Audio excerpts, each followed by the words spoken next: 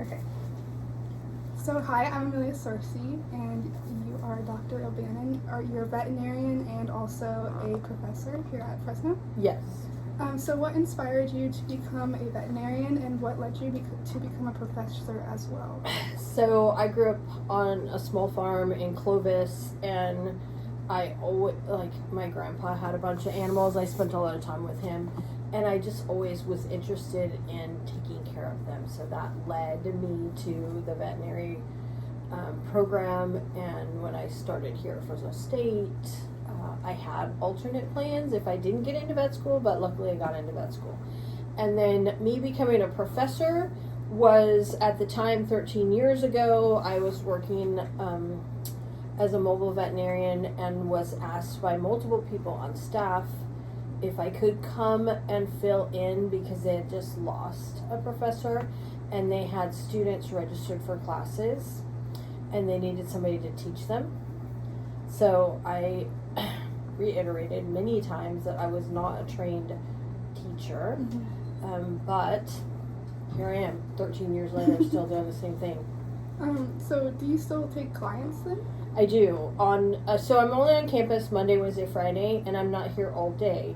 So like on Mondays I get done at 1, and as long as I don't have to meet with a student or anything, then I will schedule work to do, and then all day on Tuesday and all day on Thursday and a lot of times all day on Saturday. Is it hard to balance clients and students? It can be, and I have had to learn how to say no. What do you think the most valuable mindset or habit for students who want to succeed in veterinary school and in their career to have?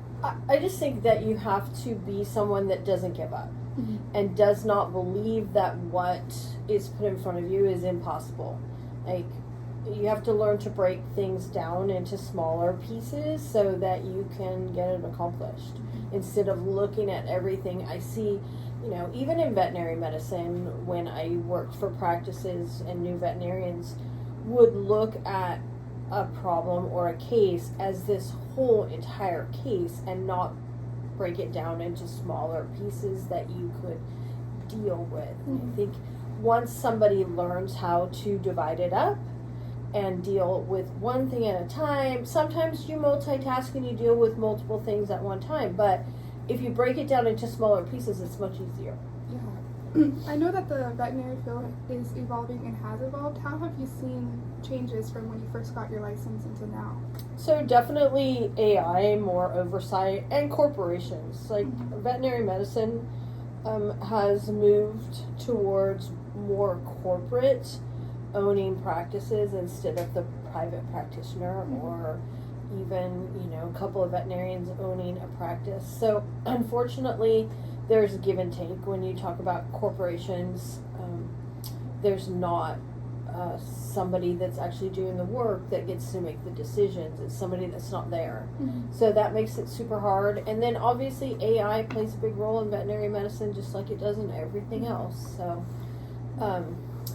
definitely, I will say, because I am old enough to say this, like when Google and the internet became a big deal and clients could look things up, it became more and more difficult to get them to listen to you because they would come in and say, well, I've already looked it up, I already know what's wrong, I just need this, this, and this. Yeah, I've worked on dairies where they have like artificial intelligence, like wristbands or collars that like show them like if they're even like pregnant. And so do you think that maybe like there's jobs at stake here, like for people who go in preg check? For certain aspects of veterinary medicine, absolutely. It's just like, milkers are probably going to become not as valuable because we have robots that are doing it or computer systems that milk and what have you. And I think it's that way in every aspect, but if there is a problem with our machinery, we still have to have people to fix it. So I don't think it's totally going to get rid of the human aspect of veterinary medicine, but it certainly brings in more machinery, technology. So looking back on your career, what's the most rewarding part of being a veterinarian and also a professor? So I think in both cases it's helping people. Animals don't speak for themselves. So you always have a human attached to the animal. So it's knowing that what you did that day made a difference. Mm-hmm. It's standing in a classroom and trying to explain something and looking out into the classroom and going, okay, wow, they get it. The light bulbs came on, they understand it. Those, or having somebody contact me a year after they had my class and say, wow, okay, it was super helpful what you taught us. Yeah. That makes a big difference. I know that veterinary medicine is always like having new research and things coming apart. Is there something that's exciting you or some unanswered questions that might like change the way that you see things? So I think, everything that it is being researched or they're trying to improve on, all of it's exciting. We are required, so you think you're done with school, every 2 years we have to do 32 hours of continuing education. So I'm always listening to something online or going to a meeting or just to get those 32 hours in 2 years. And it's crazy how much time it takes to get that done. And just learning. Obviously, I think, and it's the same in the human field, the field of neurology and research on helping paralyzed animals or people, to me, it's just fascinating that they could potentially make somebody walk that had not walked, had a severed spine or what have you. I mean, they do a lot in dogs and cats, but it's crazy how much they can do. So veterinary medicine overlaps with many sciences like biology, chemistry, physics. How do you bring all these sciences together in your work? So I think we use them all. We all like to, when we have to take these classes, ask the question, why do we need this, right? What's the big deal? But you need to understand the basics. If you didn't understand chemical reactions, then you might mix two drugs together that are going to cause a reaction in the animal. Mm-hmm. So if you don't understand that, okay, I tried to put two different drugs in the same syringe and they precipitated, why did they do that? You're not going to be very successful. Yeah. Same with biology and even physics. As much as, physics was not my thing, there are certain laws, principles, what have you, that you need to learn in order to be successful in your field. Do we use them every day? Do I pull them out every day? Probably not, but they're always in the back of your head. You're like, oh yeah, I remember that you can't do this and this together. Yeah.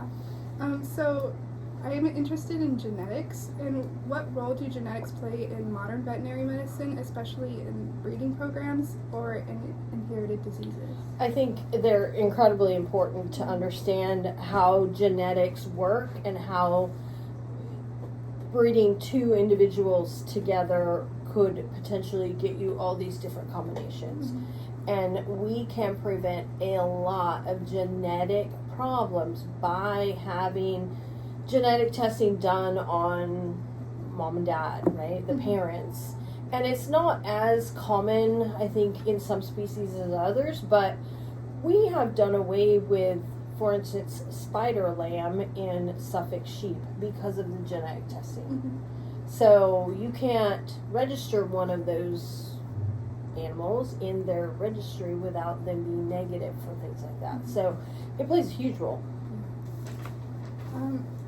As a student in your animal anatomy and physiology class, I just learned about the chemical pathways of the muscle contraction and relaxation and the cardiovascular system. Mm-hmm. How does this knowledge that I just learned apply to the diagnostics and treatments of animals? So you may not think it plays a big role, but again, it all goes back to the basics. If you don't understand how something works, you're going to struggle to diagnose certain things. Like, okay, we talked about acetylcholine being the neurotransmitter for a skeletal muscle contraction. If you have an animal that can't relax its muscles, there's a potential that you have a toxin that is blocking the enzyme or the uptake of calcium or whatever. So if you don't understand the process, you are going to struggle with the diagnosis. How do products from organic chemistry, like functional groups and molecular structures, help you understand how veterinary drugs work in the body? Which you did say, like, if, like, things react in different ways, but Correct. Do you often, like, look into them before you do it, or is it just muscle memory at this point? Some of it's muscle memory because I've been doing it for 25 years, but there's always new drugs coming out. So when new drugs come out and I've never used it before, I get out my drug handbook and I look it up. And there definitely is the PK and PD values on there, and then they will have drug interactions. So you'll learn what you can use and what you can't use, and say, if you use, I had a call from a pharmacist the other day. I prescribed 2 different muscle relaxers, and she was concerned that I was using them at the same time because they will depress the CNS. I said, no, this one is for immediate use, this one is for maintenance. Okay. So if we didn't understand that and we told a client to use them together, we could kill the animal. Yeah. Do you find that often sometimes, like, people who are treating their own animals, like, say, in agriculture, that they'll be messing up a lot because they don't look into that? For sure. When antibiotics were readily available over the counter, you would see it all the time because they didn't understand that if you used a bactericidal with a bacteriostatic, it would cancel each other out. So, absolutely. How does knowledge of chemistry help in nutrition, such as, like, balancing minerals, vitamins, and macronutrients for different species? So, I don't know about chemistry, but obviously nutrition plays a huge role in that. And part of nutrition is understanding those chemicals. But I don't know that when I've balanced a diet, that I've actually used chemistry in it. I've used the principles of nutrition. Yeah. So, I don't know how you would answer that question because I don't really know. Yeah. How you would, I can't think of a way that you would use the principles of chemistry to balance a ration, because really you're using nutrition. Yeah, you just go back into nutrition, which does have some chemicals. It does have chemicals in it, but it's not in a form that mixing them is going to create a problem. Yeah. So, but there are definitely chemical reactions to feeding a certain diet to a ruminant versus a monogastric. Yeah. So that's where chemistry comes into play. We need to understand that the rumen will do this to this nutrient, but the monogastric will do this to it. Like how ruminants get bloat and stuff like that? Yes, or just how they deal with nitrates. The rumen will change it to a nitrate, which is 10 times more toxic than the nitrate.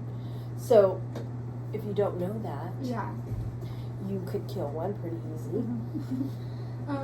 Can you give an example, which you have been talking about pretty recently, about how acid-base balance or molecular interactions play when you're diagnosing and treating an animal? Which you did say that sometimes when you mix chemicals, it can go really bad in the body. It can, and if you don't have balanced diets, you change the pH, right? And if you change the pH of the rumen or even the stomach, and it causes an acidosis that then transfers to the blood, and